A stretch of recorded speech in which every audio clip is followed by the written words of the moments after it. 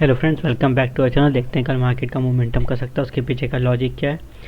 उससे पहले देखेंगे हमने कल क्या डिस्कस किया था। कल हमने यही डिस्कस किया था कि मैं एक डेली टाइम फ्रेम पे यहाँ पे एक पॉज या फिर रेड कैंडल एक्सपेक्ट कर रहा हूँ। मैं क्यों एक्सपेक्ट कर रहा था?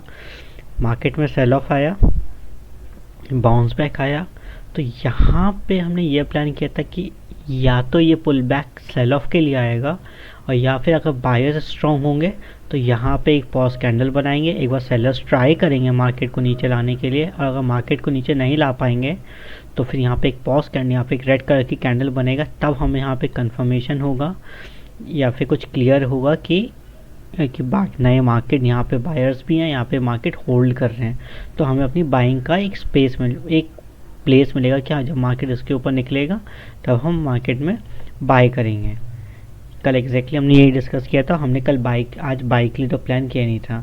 देखिए, कुछ चीज़ें मार्केट में ऐसे होती हैं कि जहाँ पे आपको स्टॉप लॉस दे के सीखना होता है और टेस्ट करना पड़ता है कि क्या प्रोबेबिलिटी बन रही है मार्केट में, क्या नहीं कर रही है।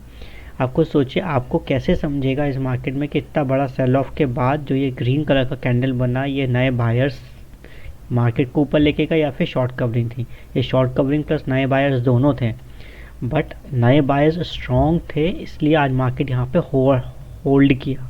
अदरवाइज़ यहाँ पे अगर सेलर स्ट्रॉन्ग होते तो मार्केट को नीचे लेके आ जाते हैं।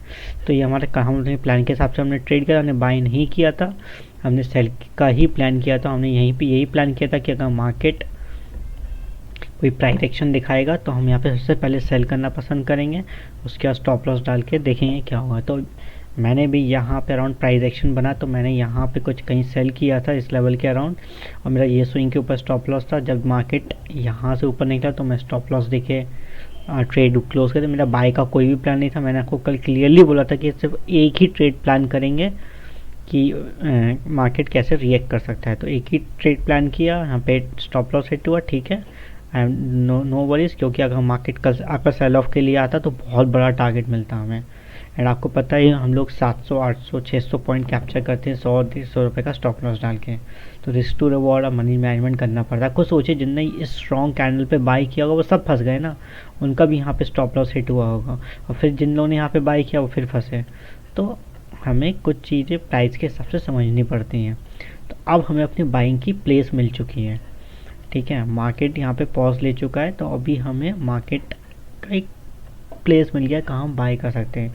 तो अब कल देखिए मार्केट कैसे ट्रेड कर सकता है। कल फ्राइडे, सेंसेक्स की एक्सपायरी भी है, तो हो सकता है मार्केट ट्रेंडिंग हो जाए।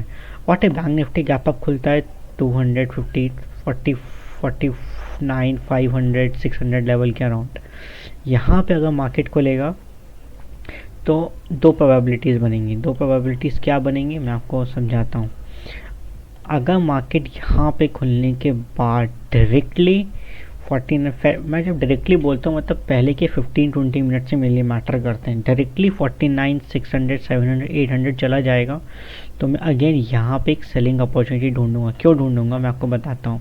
जिन लोग भी यहाँ पे बाय करा, यहाँ पे बाय करके गए लास्ट में, उनको अच्छा प्रॉफिट दिख रहा होगा खुलते ही। एंड 50,000 एक साइकोलॉजिकल लेवल भी है, एंड यहाँ पे इतना बड़ा सेल ऑफ आया है, तो जब भी मार्केट ऊपर जाएगा तो पहले रेजिस्टेंस हिट करेगा, नीचे आएगा, फिर ऊपर जाएगा। तो मैं यहाँ पे एक सेल ऑफ का लिए ट्राई करूँगा, एक प्राइस एक्शन देख के। एंड मेरा टारगेट ये जो गैप होगा वही रहेगा 49, 500, 400 लेवल के अराउंड। ये मेरा कल का प्लान रहेगा in case bank Nifty gap up खुलने का डायरेक्टली क्रॉस कर देता है।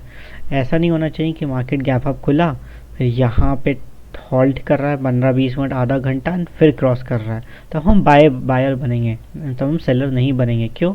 यहाँ पे छोटा सा स्टॉप लॉस मिलेगा हमें। रीज़न क्यों बायर बनेंगे कि मार्केट यहाँ पे होल्ड कर रहा है, न्यू बायर्स ऐड हो रहे हैं और सेलर्स मार्केट को नीचे लेके नहीं आ पा रहे हैं। तो ये मेरा कल का प्लान रहेगा। But what A bank Nifty gap up खुलने का तो अर्ली मॉर्निंग डिप आ जाता है, यहाँ पे डिप आता है, यहाँ पे कोई प्राइस एक्शन बनेगा, तो हम वेट करेंगे जब तक मार्केट इस हाई को क्रॉस नहीं करेगा या फिर डे के हाई को, तब तक हम बाय नहीं करेंगे। ये हमारा प्लान है कल के लिए। But what A bank Nifty flat खुलता है इस लेवल के अराउंड, हम फ्लैट के केस में सेल नहीं करेंगे।